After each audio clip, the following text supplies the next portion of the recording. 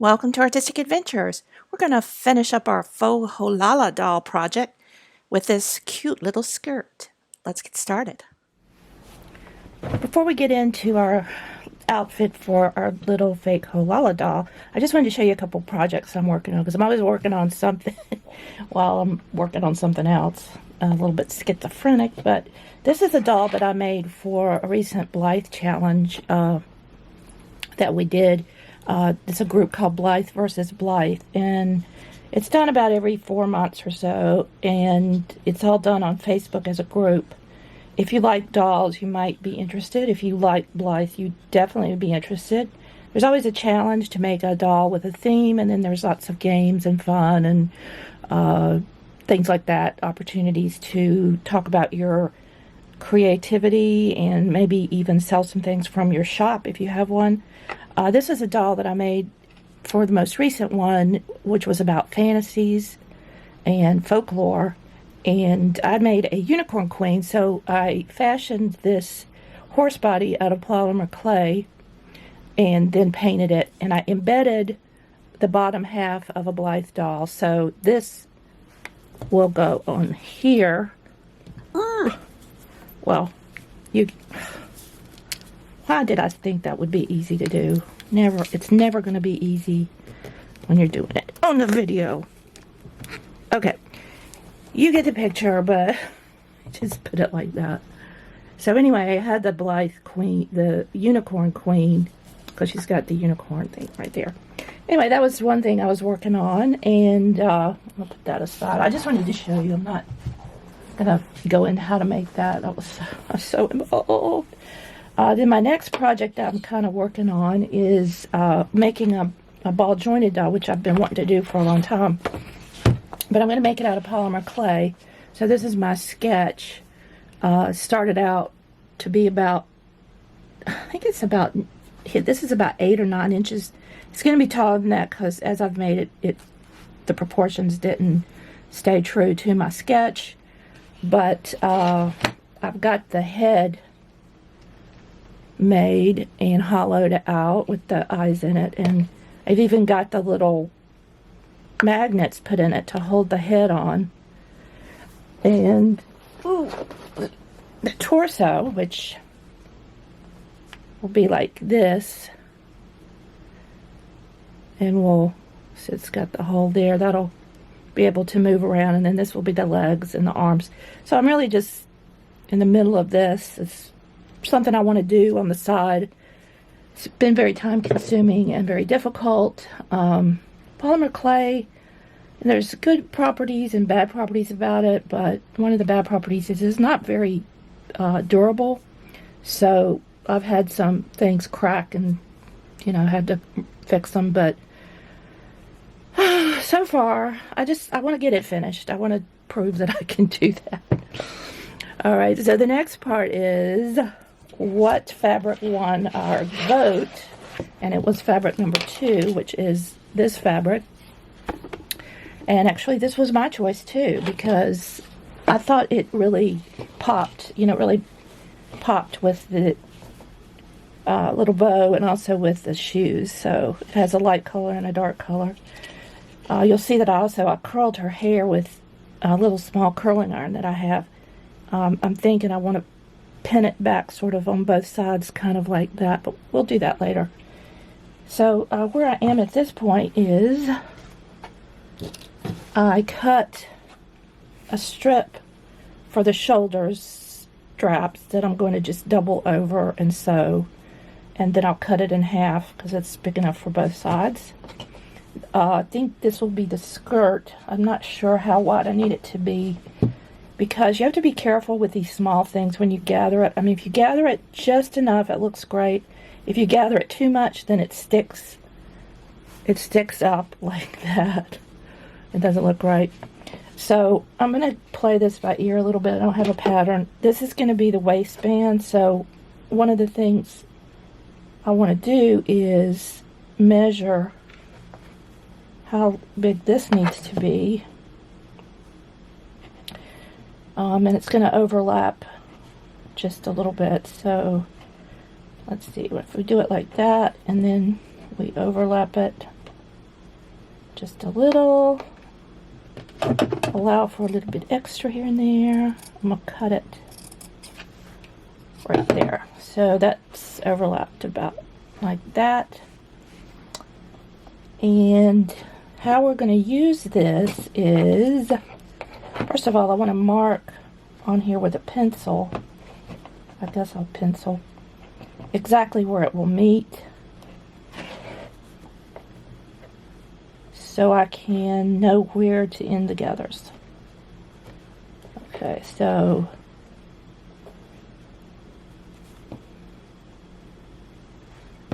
maybe I'll get a white pencil, or this is handy. So it's going to be a sort of like there, and there. So I want my gathers to be between these two marks. Okay. Now, what I'm going to do is a process of evening out the gathers so that, oh, I laid her on her face. Don't lay them on their face, they'll get dirt on it. So this process, you just basically what you're doing is you have where you want your gathers to be, and then you ease this material into that. So I'm going to start right here. Wait a minute, let me think about this. Oh, the other thing I wanted to show you. So, accounting for a seam up here at her waist, and then gathered, that's a make the skirt about that long. So I want her, you know, to be able to see her legs and her little feet and everything. So that's how I came up with that width. So you want to put right sides together. So we're going to start on each end.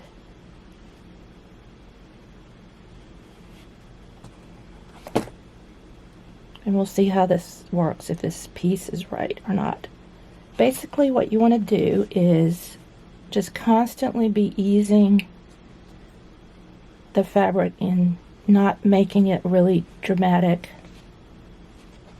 gathers, which normally I would do is gather this on a sewing machine and then pin it to it. But I'm doing a little different technique. So what you do is you keep coming to the center of these areas that we're going to pin down. Whoop.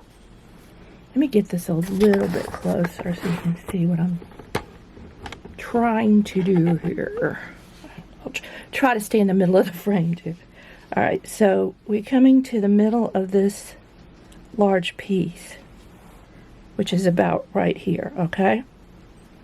We want to pin that to the middle of the bottom piece, which is the shorter piece, okay? So we're just gonna lay this down. And if you don't get it exactly right, you know, it's okay. It's not gonna be a dramatic disaster. But try to be as close as you can. All right.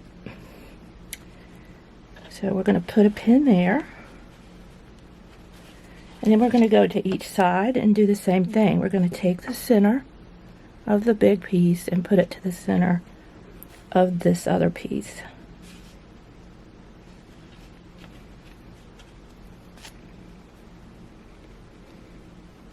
So if you don't have a sewing machine and you're going to sew this by hand, you could do this without having to run a gathering thread also. Alright, I'm going to go ahead and do this side just because I want to see if I've got the right amount of fabric. If not, I'll have to take it apart and cut it. What I want to do is have this be fairly evenly spread so that it's not such deep creases in the fabric, because that will make it stand out from the waistband and not look good. Alright, at this point I'm just going to pick it up and I just sort of push this in with my thumb to get the middle. If that makes sense. Again, you got, just see, you're getting it to where it's smaller and smaller. It's almost matching now. See, it's kind of magical how that works. But to me, sometimes this is a better way to do it, especially on small things, because the pleats are more even. If you try to gather it with a gathering thread and then you try to spread it out with your hands, sometimes it's not very neat. But you see how neat that is? That's nice and spread out. It almost doesn't even look like pleats. And that's going to look really nice when we sew it. Alright, and I'm just going to continue to do this all the way across, and I'll be back in a moment or two after I finish that up. Alright, I've pinned this all the way across and eased this longer piece onto the waistband, which is the shorter piece. The other nice thing about easing as opposed to just gathering and sewing down is when I gather, I tend to get most of the gathers in this section right here near the front, and then like here and here I don't get as much gathers because, you know, you pull the string to gather it. This way you kind of get the gathers all the way evenly across. So what I'm going to do now is go and sew this down, because we've got the waistband, we've got the right sides together, and then I'll be right back. Alright, so we've got this sewed down. Trim these stray threads off. And now we're going to unpin it and finish up our waistband. You'll see how easy this is to make. Alright, now if you wanted to also, you could use some fray check on this so it doesn't ravel, but we're going to cover that up, so I didn't do that. So now what we want to do is fold this over. So this is the wrong side and this is the right side, okay? So we want to fold it over, keep the seam pointed up. So we're going to fold a little bit of this over and then fold this down on top of this, and we're going to pin this also. Doing a lot of pinning today. I don't really like to pin, but that's the only way to do this and make it look right.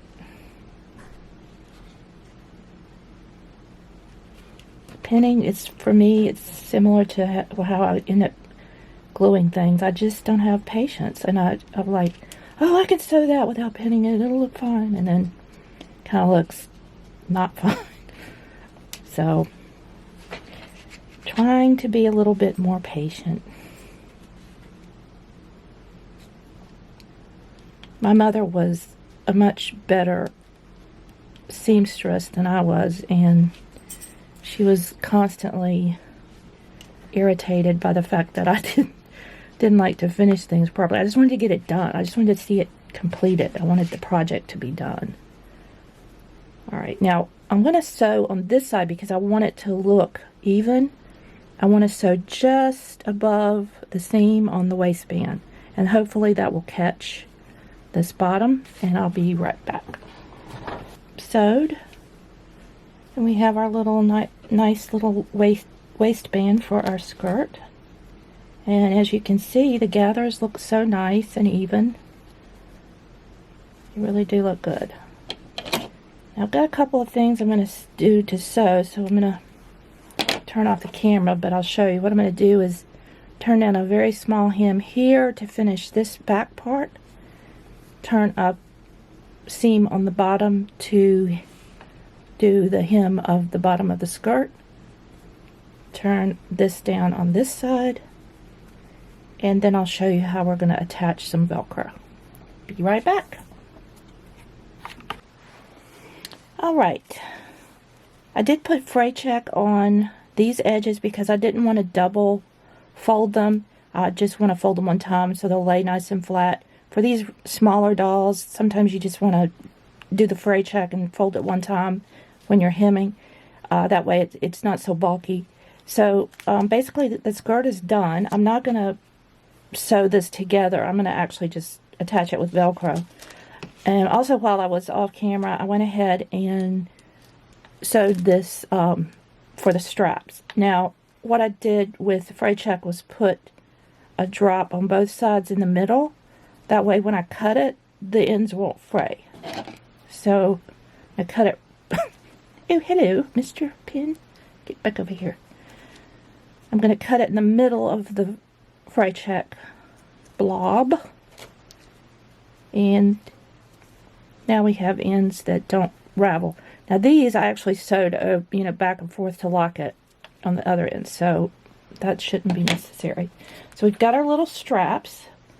Now I wanted to tell you a little bit about Velcro for dolls. I bought both of these on Etsy, and I bought this one really by mistake, but I wanted to show it to you. This is not bad for larger dolls, maybe even Blythe, because it's a little, what it is one side is the soft side and one side is the grippy side.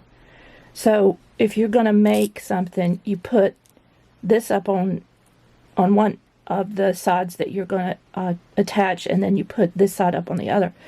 The problem is that this is pretty thick because it's doubled like that. It's not going to lay as flat on some of the smaller pieces that you do.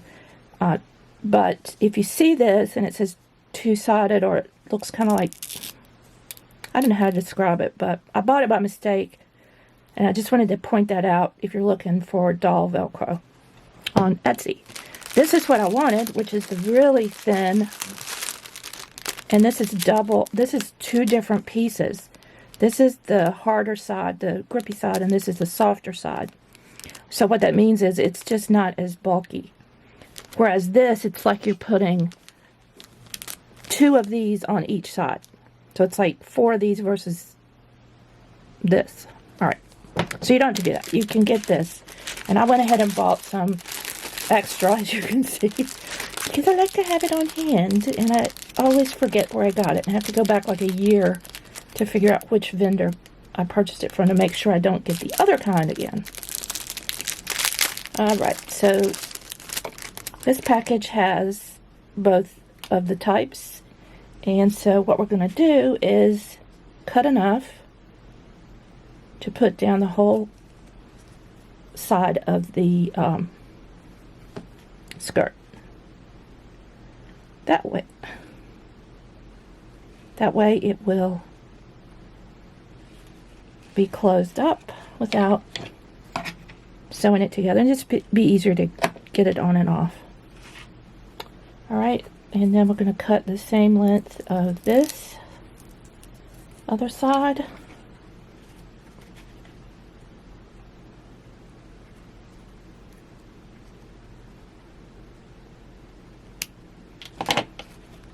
Okay, and then we can just put this back in here for later.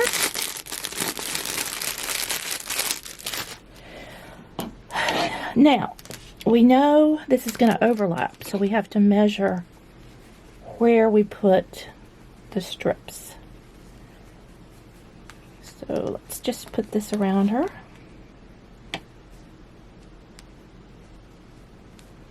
So the one that's going to go over, you're going to put right on the edge. The one that's underneath, you're going to put where this would meet, where you want it to meet. See, maybe I want to put this one. I think this skirt is a little bit not completely even. There we go. Alright, so it looks like we want to put it about right there. See what I'm saying? That way when it laps over, it's completely closed off. Ta-da! Ta-da! Ta-da! Alright, so all I have to do now is sew a seam right down the middle, and then this will be attached. So I'm going to go ahead and do that, and then I'll sew this one on the underneath side, on the wrong side of the fabric, with the soft facing up, so they'll attach like that. And they'll be right back. All right. Just trim off our excess threads.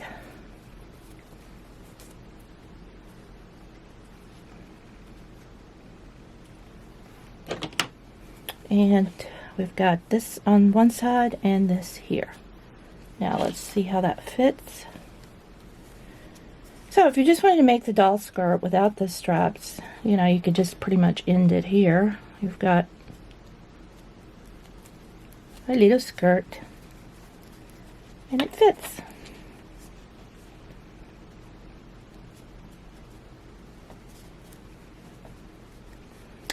But what we want to do is add some straps that will give it a little bit extra panache.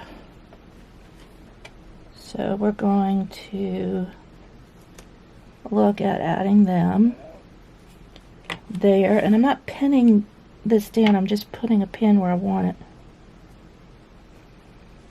so I can sew it by hand.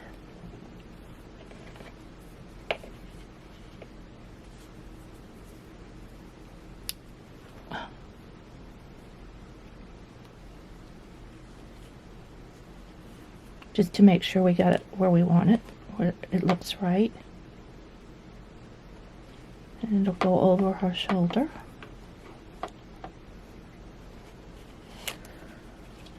Alright, now we can take this off. And I have these little buttons that you can get at most craft stores, Michael's, etc. This particular pack comes in shades of brown. I have one that's black and white. I have one that's like blue, green, and red, and sort of fall colors. And then I have a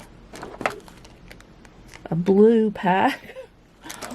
So I've got all kinds of packs. Oh, and also they come in even itty bitty sizes. These little teeny tiny ones. But we're going to use this size.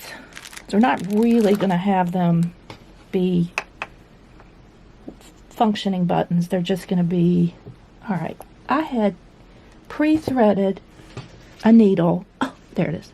I was going to be like, I'm so together on this video. I had pre-threaded my needle and lost it. Okay, this needle's a little bit bent. So we know where we want to have our button. So the first thing we're going to do is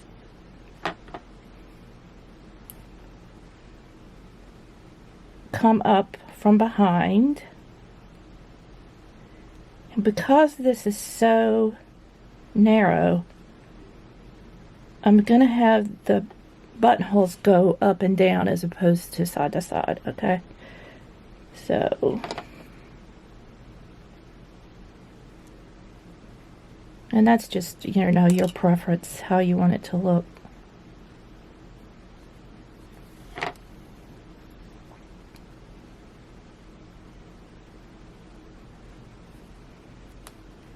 This way we're sewing down both the button and the strap.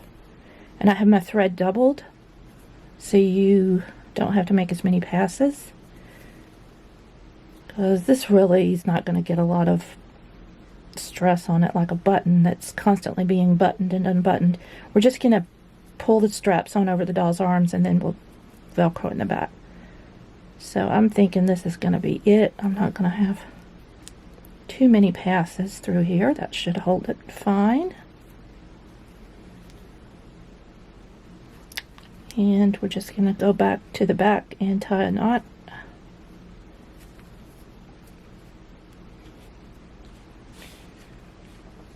By putting our needle through the loop.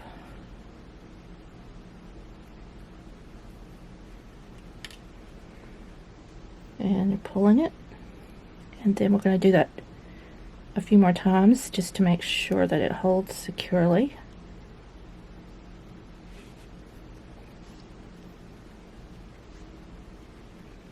And I always wait to put my needle through the loop until I have a small loop at the end, because it tends to get tangled more if you try to loop it earlier. Just one of those things you learn after you've sewed for a while, okay? I'm trying to give y'all some useful tips. Alright, now we're going to do the other side just the same way.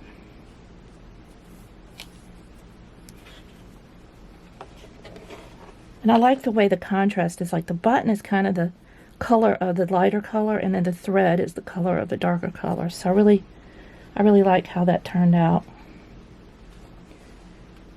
And we're going to get our other strap, put it right here. And once again, we're going to come up from behind. I hope I'm going to get this somewhere close to being even. And our button.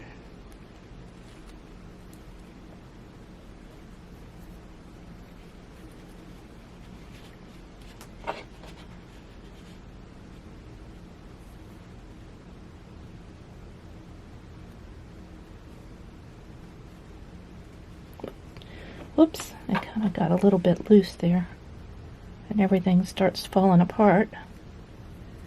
So until you get that second one done, you kind of have to hold it. Try to make sure you're getting the button at the same height as the other side so that it matches. Alright, hang with us in there. Come on. You can do it. There we go. Alright, now I can take this one out. And we'll put a few passes through in here. For the back strap, we're just going to sew that underneath. We're not going to put a button on it. You could, if you wanted to. But typically, you don't see buttons on the back.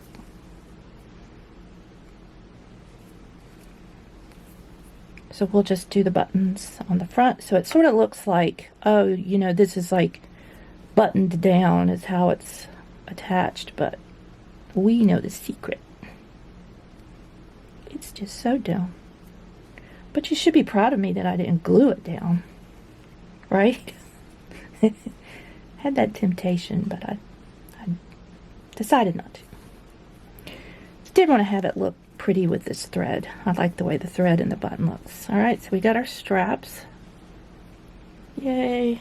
Go ahead and tie this off in the back.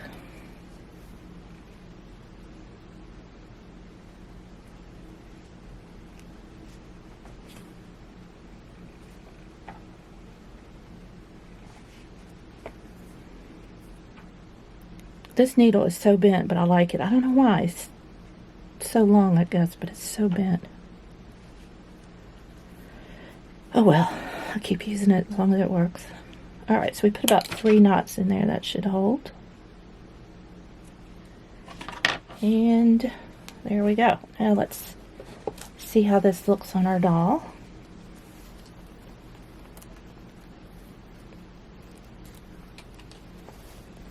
Stray piece of Velcro there somewhere.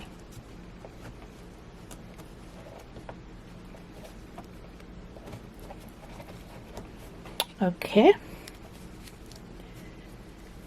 Now what we need to do is measure how we want these to look.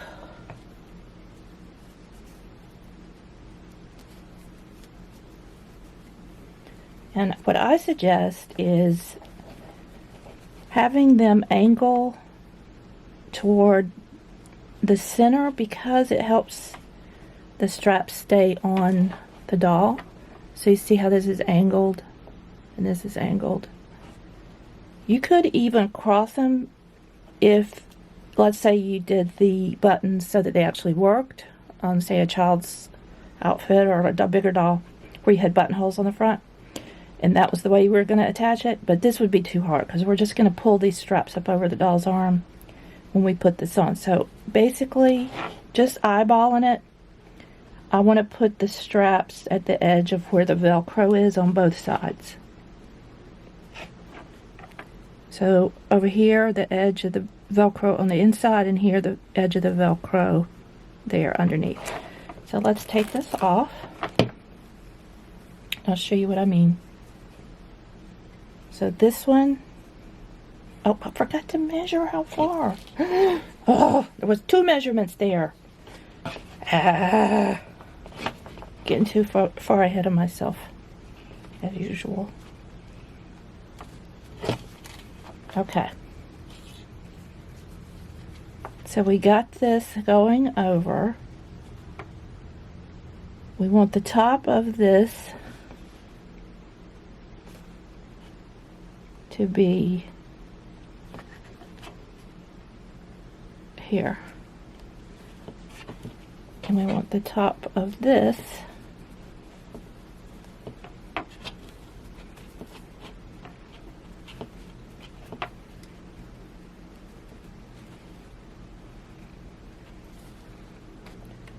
to be here.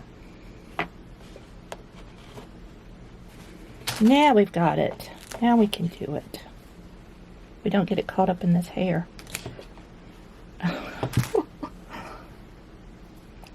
So we're just going to tack those down behind the waistband. Piece of cake. Just make sure you get the shoulder strap straight, remembering that it's going to be like that.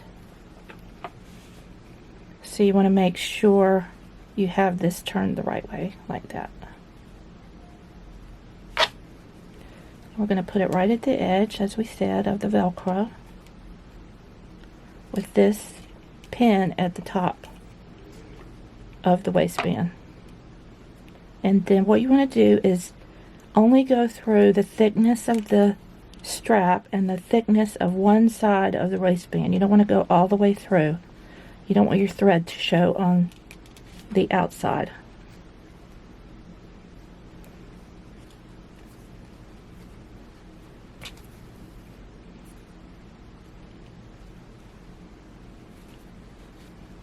And really just like 3 stitches is about what I'm going to do, and then I'm going to tie this off.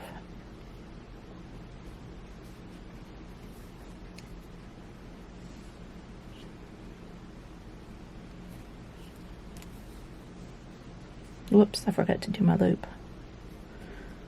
So excited to get this done. Oh, I just pulled my thing out, my pin out of my other one. All right.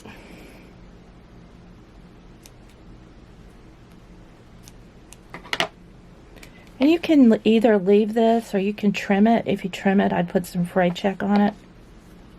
And I am going to trim it because I don't want it to get messed up with the Velcro over here when you're trying to attach it. So just come up to the edge before you sewed. Put a little drop of fray check on it. Like that. Dries pretty quick.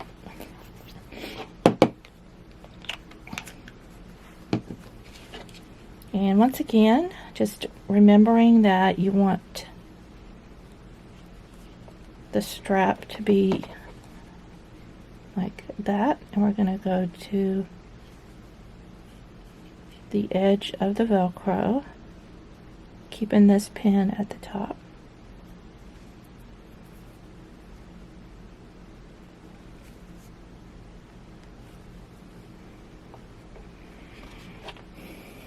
Now on this one, it doesn't matter so much if this shows, because that's going to be, oh no, it does, because that'll show outside. So same thing, we're just going to sew it from the back, only going through one layer of the waistband so the stitching doesn't, whoa, forgot to do my knot. That happens every once in a while.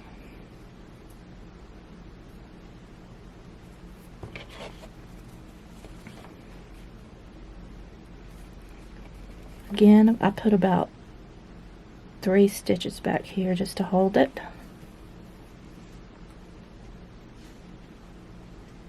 In place. And then we'll put in our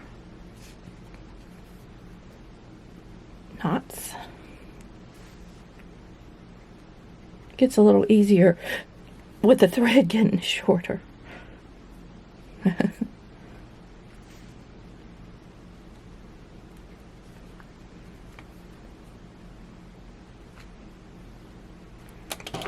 All right.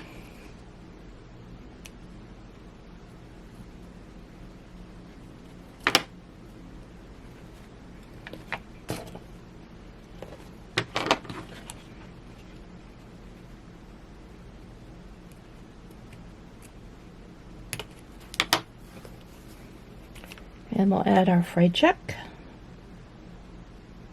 just to the edge.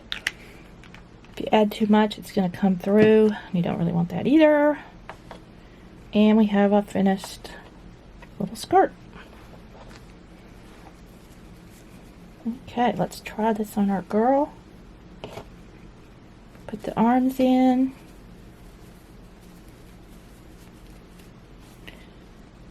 And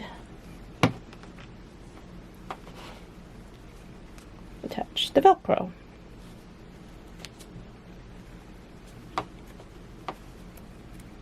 Got that a little bit uneven.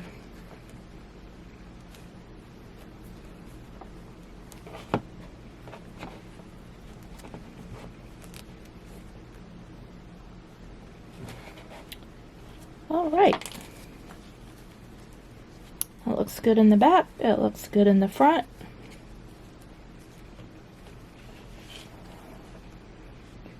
So there's our little outfit, and looks pretty good. Perfect length. Now if you wanted to, you can actually take some of the like reddish pink pastels with the brush and put some on the knees, like, you know, ball jointed dolls, or wrists and hands and stuff. I'll probably do that a little bit later, but I just wanted to show you the outfit for the doll for this video. And then I'm gonna back up just a little bit, talk about her hair. So I did this after the last video just so it would be done, and I didn't have to do it. It takes a while to curl this with the curling iron, but if you take a small, like 1/4 inch curling iron, which you can get those on Amazon, probably other places too, but I got mine on Amazon. And then what I want to do is come up with a way to attach it to the sides, you know, because we got that nice part in the middle. So I have some clips and I have some bob pins. Let me go look and I'll be right back. So for her hair, there's several options we can look at. She has mostly brownish colors, tannish colors in her look here. A little bit of glue on that hair that's sticking up. But things that could work, let's say, we'll look at a couple of options just to show you how I think about this.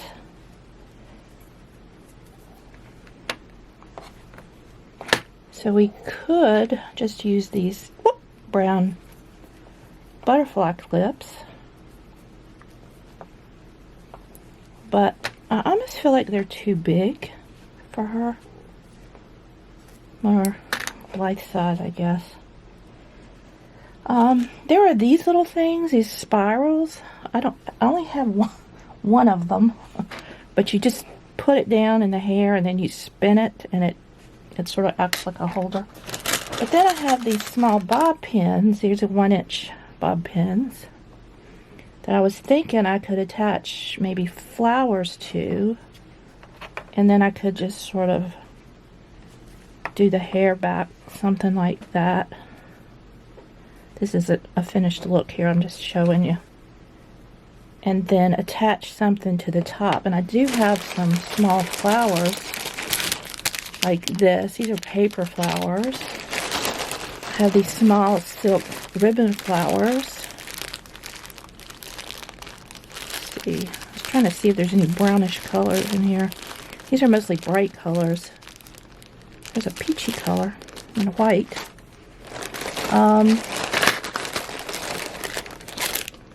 These are little silk flowers. you could do, you know, if you found small enough flowers like that, but I don't think those would work. There's some more. Oh, look, here's little like paper rose flowers. Maybe with these. This might work. This is my little bag of small flowers. Different kinds in here. There's a cream color in there. Almost like in the white in this. Let me try gluing some of these on here and see how it looks, and then I'll come back when it's done and we'll see if it looks good in her hair. After looking at it, I decided it probably is not going to work to glue this, so I want it to be in a row like this, like white, brown, white, on the top of this small bob pin. I think it's going to work better if I sew it, because these are paper. I don't know, I just don't think gluing it's going to work. So, I'm going to use a greenish thread, because the thing it's going to be against is this green. So, to hide the knot, I'm going to go back behind one of the leaves, like that. And I'll just trim it off. So if you find, I found these paper flowers at Michael's. Right here, they're part of it's that Recollections. I'm not sure where they were. I almost wanted to say they were in the scrapbook, but nah, that wouldn't work because they'd be smooshed. Anyway, you could just, they're on little wires, and you can just trim them off with like little wire cutters, probably even a pair of kitchen scissors. And I'm just going to go through the hole here.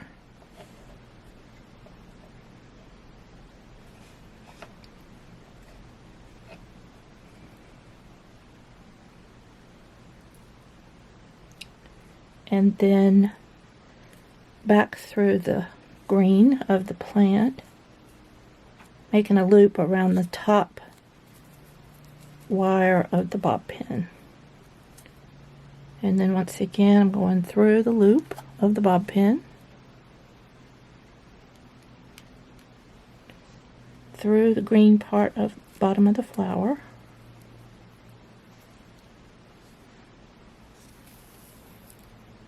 that pull that pretty tight.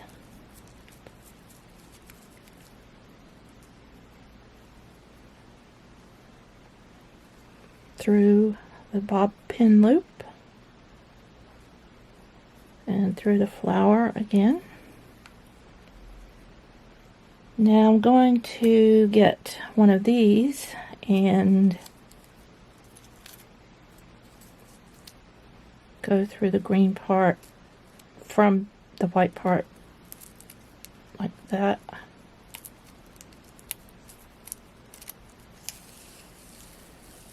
So that will be pulled together. Oh, that didn't even work.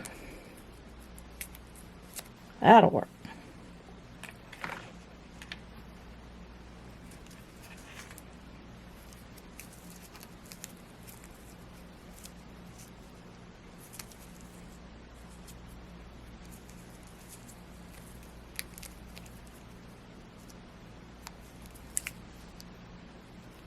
And we're going to do the same process. We're just looping the thread through the,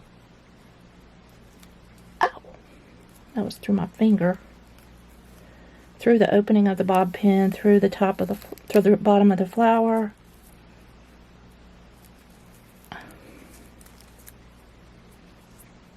and just repeating till we get it secured.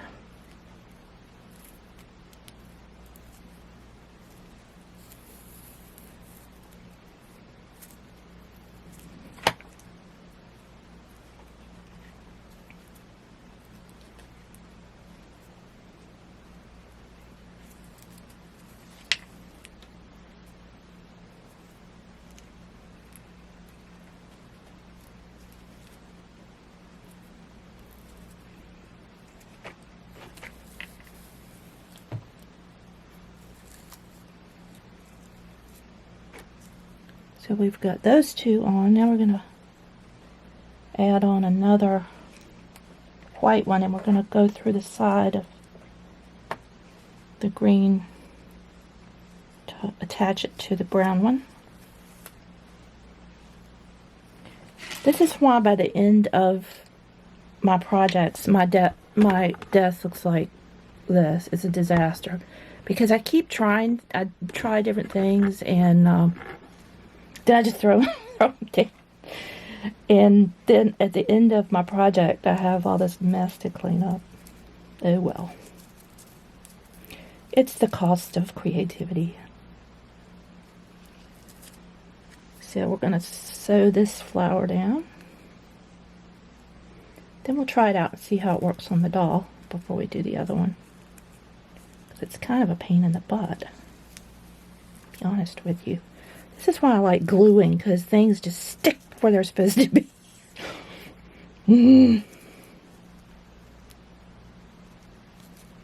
But it would have taken a while for this to dry too, so that's another thought.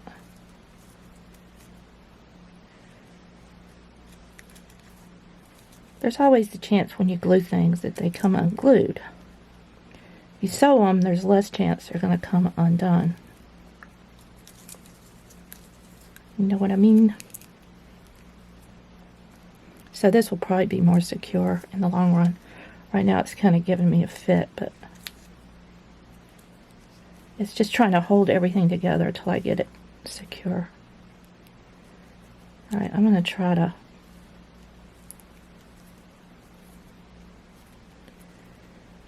sew the flowers together a little bit more.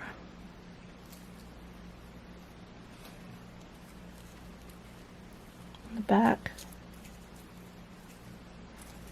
It's coming through the bottom from one flower to the next. And that'll make it a little bit more lined up.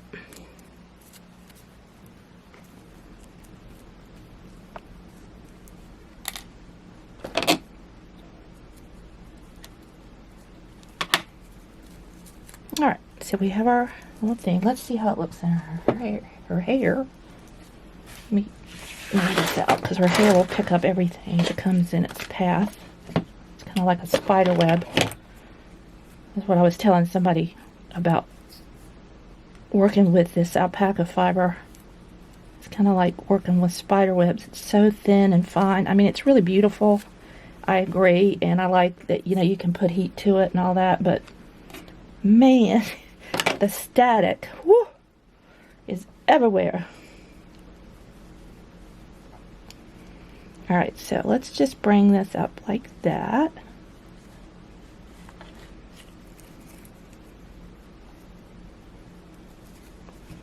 I'm going to have to open this up a little bit.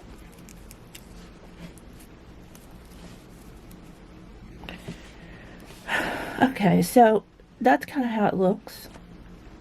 So what I need to do now is comb out her hair. I'll fix the other one of these, get the ringlets looking right, and show you how she looks finished product. Alright, I've got the hair kind of how I want it. Let's see if I can move this up just a little bit. And angle back so you can see the whole doll. Now, I wanted to just show you this because if you haven't worked with alpaca fiber, it's beautiful, it's soft, it's luxurious. You know, it's great for a look like baby hair or fairy hair or whatever. It's not as coarse as mohair, but it is staticky and it does not hold a curl well. So I always put a little bit of hairspray before I curl it. And I did these too, but I've curled this out. So I just want to show you, I mean, I've combed this out, curled it out. Blah. I just want to show you how I do it. I also pretty much always trim it to try to get it the same length, and then I'll get like a little bottle of this is John Frieda Freeze Ease. I don't know if it's the best. It doesn't seem to ball up on the hair. It looks pretty natural, but it's pretty stiff. So I'll spray it a little bit, and then I'll get my curling iron and curl. And this tends to work pretty well to hold it. So if you curled this without it, by the next day, all the curls would be completely gone. But this has been curled for 2 weeks now. So there you go. You get a nice little curl like that. And after I finish it and get it completely done, I do go over it and spray it all of the hair. But there's our little girl, and she's so adorable. Now, the nice thing about these dolls is they will actually stand because their feet are big enough for their body. If you get them balanced just right. Especially in these kind of boots, I guess. But, yeah. Turned out pretty cute, huh? Yeah, I like these little nuggets. So, that's a fake Holala doll. I call them little nuggets.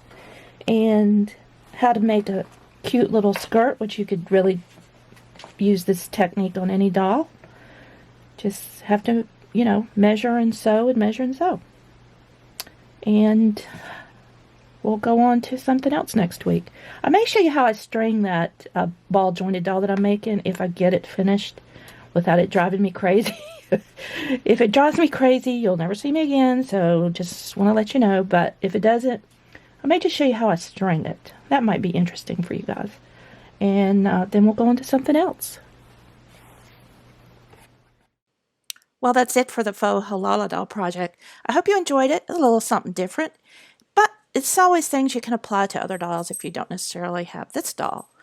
So, we're going to move on to a different project in our next video, and I hope you'll be there. And if you haven't already, I hope you'll subscribe because I don't want you to miss a thing. Thanks, and bye.